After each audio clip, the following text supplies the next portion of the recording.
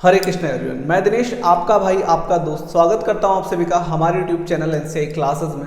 और हम पढ़ रहे थे क्लास 10th साइंस का chapter number 1 chemical reaction and equation, जिसका हमारा आज लेक्चर नंबर 4 रहेगा, जिसमें हम डिस्कस करेंगे आगे की कुछ टाइप्स की जो हम पढ़ रहे थे। केमिकल इक्वेशंस के कौन कौन से टाइप्स होते हैं, जिसमें हमने पहले 2 टाइप क्लियर कर लिए हैं। कॉम्बिनेशन और डिकम्पोजिशन हमने पढ़ लिया है पिछले लेक्चर में, तो अगर आपने वो लेक्चर्स नहीं देखे हैं तो जाइए पहले वो वाले लेक्चर्स देखिए, ताकि आपको हर एक चीज़ अच्छे से समझ में आए। तो चलिए स्टार्ट करते हैं आज का हमारा 7th टॉपिक। 6 टॉपिक्स हमने ऑलरेडी क्लियर कर लिए हैं। तो टॉपिक है बेटा हमारा डिस्प्लेसमेंट रिएक्शन। सो ये हमारा एक टाइप है रिएक्शन का जो हमें आज पढ़ना है, डिस्कस करना है। डिस्प्लेसमेंट रिएक्शन, देखो डिस्प्लेस मतलब क्या होता है, किसी की जगह बदलना। ठीक है, डिस्प्लेस मतलब क्या होता है, किसी की जगह बदलना, किसी का स्थान बदलना। ओके नाउ अब एक चीज बताओ मुझे, जगह कौन बदल सकता है? जो मोर पावरफुल होगा।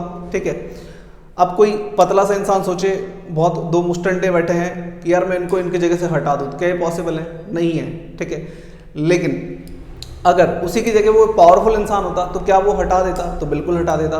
तो जब भी कोई मोर पावरफुल होगा वो सामने वाले का प्लेस चेंज कर सकता है। क्लियर है ये चीज? तो यहाँ पे हमें यही चीज पढ़नी है। इसमें क्या होगा बेटा, देखो displacement reaction is a chemical reaction in which a more reactive element, more reactive मतलब यहाँ पे क्या है बेटा, ये ज्यादा पावरफुल है। ठीक है, अ मोर रिएक्टिव एलिमेंट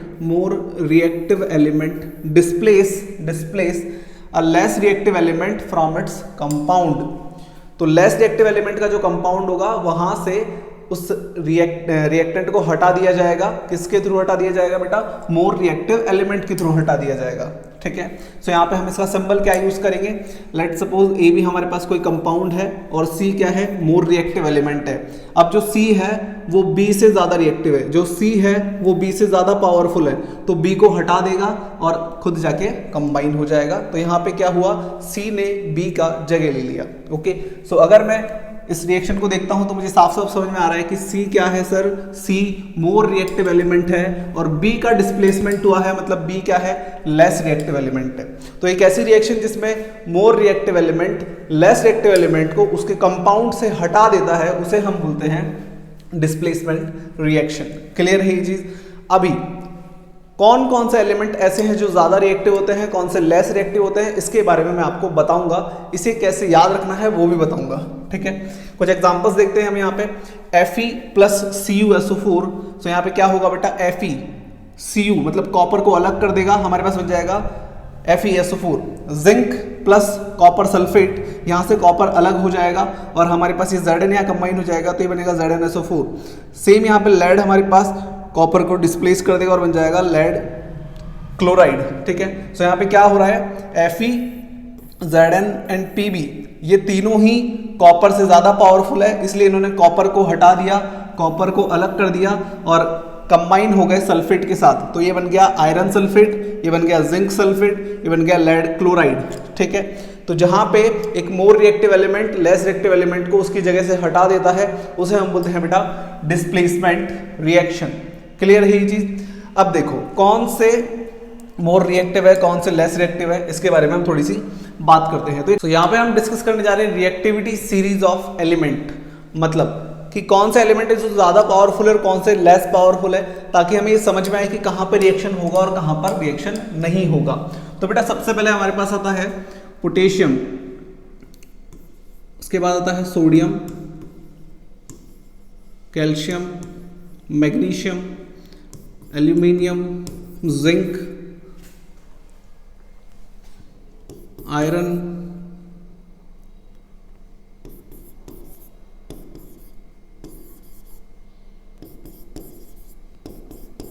ठीक है, ये हमारे पास रिएक्टिविटी सीरीज, जिसमें हमारे पास potassium, sodium, calcium, magnesium, aluminium, zinc, iron, lead, hydrogen, copper, silver और गोल्ड।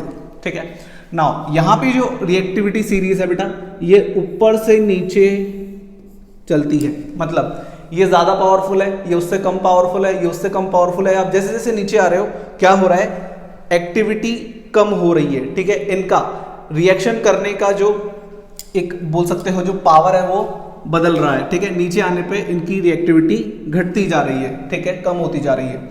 नाउ अब इसको याद कैसे रखना है, मैंने तो लिख दिया, आप कैसे लिखेंगे, चलिए तो मैं आपको एक ट्रिक बताने जा रहा हूँ यहाँ पर, जिससे आप इस रिएक्टिविटी सीरीज को 1 मिनट में याद कर लेंगे बहुत ही इजीली।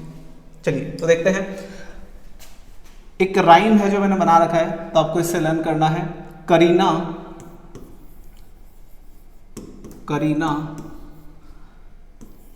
कार मांगे, करीना कार मांगे, Alto Jain Ferrari. Kareena car मांगे, अल्टो जैन फरारी, फिर भी है क्यूट सी गर्ल, ठीक है।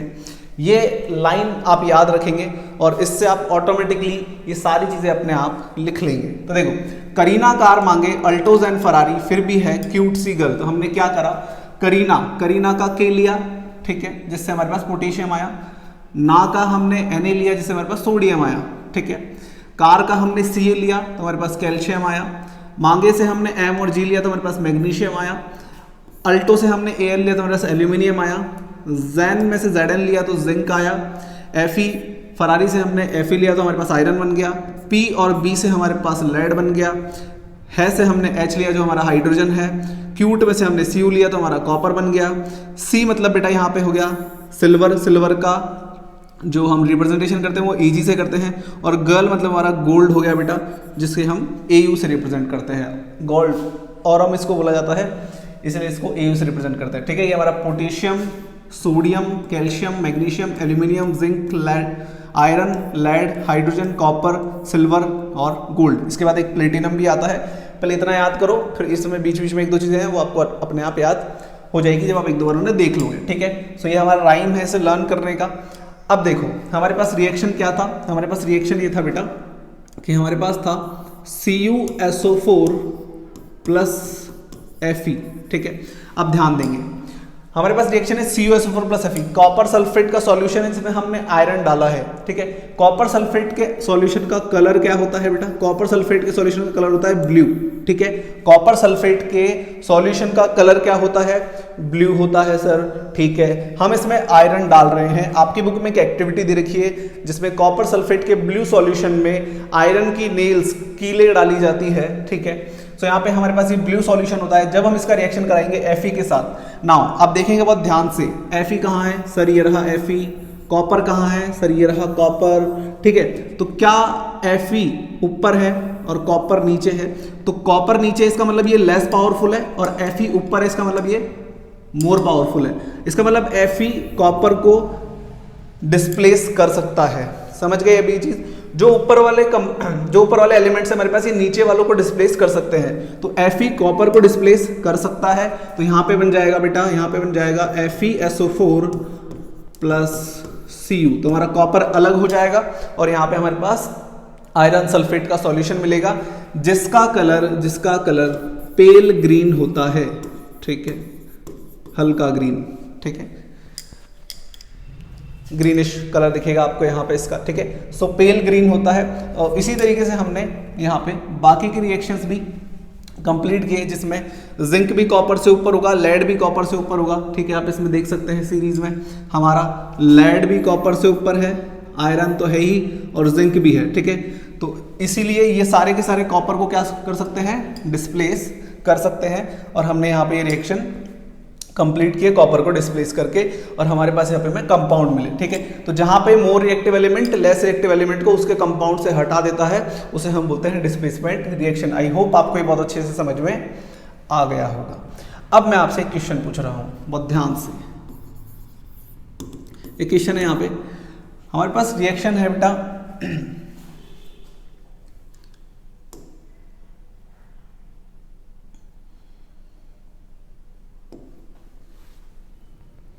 H2SO4 प्लस Cu, क्या बनेगा, H2SO4 प्लस Cu क्या बनेगा, मुझे बताओ। सल्फ्यूरिक एसिड प्लस कॉपर अगर हम इनको कंबाइन करते हैं तो क्या बनेगा। अब जिन बच्चों ने रिएक्टिविटी सीरीज याद नहीं कर रखी है, मतलब जो जिन बच्चों ने ये सीरीज याद नहीं कर रखी है वो तो सीधा क्या करेंगे, उनको यही याद आएगा कि भाई यही तो दिख रहा है, मतलब एक को हटा दो, कंबाइन कर दो, तो वो क्या करेंगे, यहाँ से कॉपर को यहाँ जोड़ देंगे, तो यहाँ बना देंगे CuSO4 प्लस H2 को अलग कर देंगे, है ना, यही करेंगे। क्लियर है ये चीज़, ठीक है। यहाँ पे ये हाइड्रोजन गैस होता है हमारा जो अलग हो जाएगा, यही बोलेंगे, ठीक है। एसिड जब कॉपर मतलब मेटल से रिएक्शन करता है तो हाइड्रोजन गैस अलग करता है, और ये सेकंड चैप्टर में पढ़ भी लेंगे तो और अच्छे से क्लियर हो जाएगी ये चीज़ तो। लेकिन मैं बता रहा हूँ ये गलत है। क्यों गलत है, देखो बात समझिए। यहाँ पे बेटा कॉपर लेस पावरफुल है हाइड्रोजन से, ठीक है।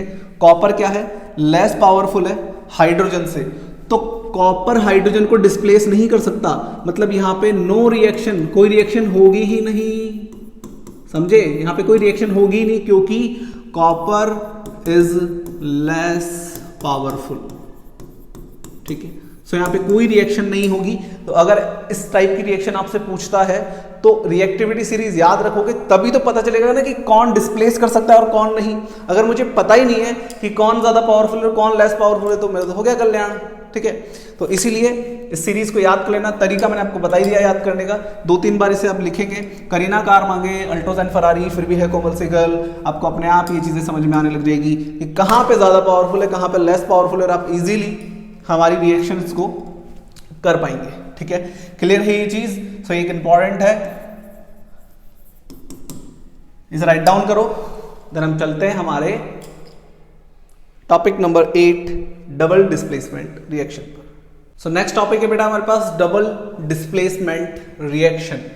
अब यहाँ पे वो सेम डेफिनेशन कोई भी रिपीट नहीं करेगा। मैंने देखा है बच्चे अक्सर उसी डिस्प्लेसमेंट की रिएक्शन को पकड़ लेते हैं, और डबल मतलब जहाँ पे दो एलिमेंट्स को डिस्प्लेस करे, नहीं, ये गलत हो जाएगा। अगर आप ऐसे लिखते हैं तो ये गलत है। यहाँ पे सिंपल सा डेफिनेशन है, exchange of ions in a reaction between reactants is called double displacement reaction. यहाँ पे क्या होगा बेटा, यहाँ पे आयंस का एक्सचेंज होगा बिटवीन 2 रिएक्टेंट्स, और हर हमारे पास 2 नए प्रोडक्ट बनेंगे, ठीक है। चलिए देखते हैं। A chemical reaction in which both the reactants exchange there ions, ठीक है। सो यहाँ पे क्या होगा, आयंस का एक्सचेंज होगा to form 2 new compounds is called double displacement reaction, ठीक है। सो यहाँ पे हमारे पास आयंस का एक्सचेंज होगा बिटवीन रिएक्टेंट्स और हमारे पास 2 नए कंपाउंड बनेंगे। सो यहाँ पे हमने लिखा है AB + CD, ठीक है। इधर भी 2 लेने हैं, इधर भी 2 लेने हैं, ठीक है। नाउ ये दोनों इंटरचेंज हो जाएंगे तो हमारे पास बनेगा AC + BD, ठीक है। सो यहाँ पे क्या हुआ बेटा, आयंस का एक्सचेंज हुआ है। अब ये आयंस एक्सचेंज कैसे हुआ है ये एग्जाम्पल से हम समझेंगे। तो हमारे पास एग्जाम्पल है Na2SO4 sodium sulphate plus BaCl2 barium chloride gives sodium chloride plus barium sulphate, ठीक है। इसका क्या नाम है, इसका नाम है sodium sulphate, barium chloride, sodium chloride और बैरियम सल्फेट, ठीक है। तो हमारे पास ये सारी चीजें गिवन है। अभी ये रिएक्शन हुआ कैसे, बहुत ध्यान से समझेंगे। देखो अगर मैं इसे ब्रेक डाउन करता हूं तो मेरे पास यहाँ बनेगा 2Na+ और SO4 2-, ठीक है। अगर मैं इसे ब्रेक डाउन करता हूं तो मेरे पास बनेगा Ba2+ और यहां बनेगा 2Cl-। क्लियर है ये चीज। जब हम इसे ब्रेक करेंगे तो बनेगा 2Na+ और ये बनेगा SO4 2-, ये बनेगा Ba2+, ये बनेगा 2Cl-, ठीक है। देखिए हम यहाँ पे क्या करेंगे, इसको ब्रेक करेंगे तो हमारे पास बनेगा 2Na+ SO4 2-, ये बनेगा Ba2+ 2Cl-। अब बताओ जो पॉजिटिव वाला है वो कहाँ जाएगा, नेगेटिव वाले के पास जाएगा, तो वो जाएगा बेटा इसके पास। तो 2Na और 2Cl, NaCl, तो ये मिलकर बना लेंगे NaCl, और 2 दोनों में कॉमन है तो हमने लिख दिया 2NaCl। क्लियर है ये चीज, Na और Cl मिलकर बना लेंगे NaCl, ठीक है। अब बचा क्या बेटा, BaSO4 बचा, वो चला जाएगा नेगेटिव, या बोल सकते हो जो नेगेटिव वाला है वो चला जाएगा पॉजिटिव के पास, तो हमने कहा BaSO4 हमेशा पॉजिटिव एलिमेंट पहले लिखा जाता है, इसीलिए हमने Na+ का है Na पहले लिखा है, और यहाँ पे Ba पॉजिटिव है तो BaSO4 आएगा, हमेशा पॉजिटिव एलिमेंट को पहले लिखा जाता है, ठीक है। सो यहाँ पे हमारे पास बनेगा sodium chloride plus barium sulphate, ठीक है। नाउ देखिए ये जो हमारे पास था ये एक्वस सॉल्यूशन है, ठीक है। एक्वस मतलब लिक्विड फॉर्म में है, ये भी हमारे पास एक्वस सॉल्यूशन है। सोडियम क्लोराइड ये भी बेटा एक्वस सॉल्यूशन है, लिक्विड फॉर्म में रहेगा। लेकिन यहाँ पे जो बेरियम सल्फेट है, ठीक है, बैरियम सल्फेट ये बेटा सॉलिड फॉर्म में है, यहाँ पे किस में है, सॉलिड फॉर्म में है, इसका स्टेट यहाँ पर सॉलिड है, ठीक है। सो इसका मतलब ये हमारे एक्वस सॉल्यूशन में डिसॉल्वेबल नहीं है, ये मिक्स नहीं होता। तो ऐसे कंपाउंड जो सॉलिड फॉर्म में होते हैं और इनसॉल्युबल होते हैं उन्हें हम बोलते हैं बेटा प्रेसिपिटेट, ठीक है। सो यहाँ पे ये प्रेसिपिटेट बन रहा है, ठीक है, प्रेसिपिटेट बन रहा है। प्रेसिपिटेट मतलब क्या होता है, एक ऐसा सॉलिड फॉर्म जो कंपाउंड में डिसॉल्व नहीं होता, ठीक है। सो ये यहाँ पे हमारे कंपाउंड में मिक्स नहीं हो रहा है, सो इसे हम बोल रहे हैं प्रेसिपिटेट। प्रेसिपिटेट जहाँ पे बनता है उस रिएक्शन को प्रेसिपिटेशन रिएक्शन भी बोला जाता है। अब आपसे इस रिएक्शन में इस प्रेसिपिटेट का कलर भी पूछा जाता है, तो यहाँ पर हमारे पास जो ये प्रेसिपिटेट इसका कलर होता है बेटा वाइट, ठीक है। तो यहाँ पे हमारे पास व्हाइट कलर का प्रेसिपिटेट बनता है जिसे हम बोलते हैं बेरियम सल्फेट। क्लियर है ये चीज? ओके, मैंने आपको यहाँ दिखा दिया कि कैसे आयंस आपस में एक्सचेंज हो रहे हैं और हमारे पास एक प्रेसिपिटेट बन रहा है जिसका कलर क्या है, वाइट है। आपकी बुक में इस चैप्टर में दो प्रेसिपिटेट बनते हैं, एक का कलर येलो है, एक का कलर वाइट है। वाइट वाले की हमने बात कर ली, येलो वाले की बात हम रिएक्टिविटी, जब हम एक्टिविटीज करेंगे उसके अंदर पढ़ेंगे, ठीक है। नाउ प्रेसिपिटेशन रिएक्शन क्या होता है, ये आपकी बुक में इसी पार्ट में दे रखा है।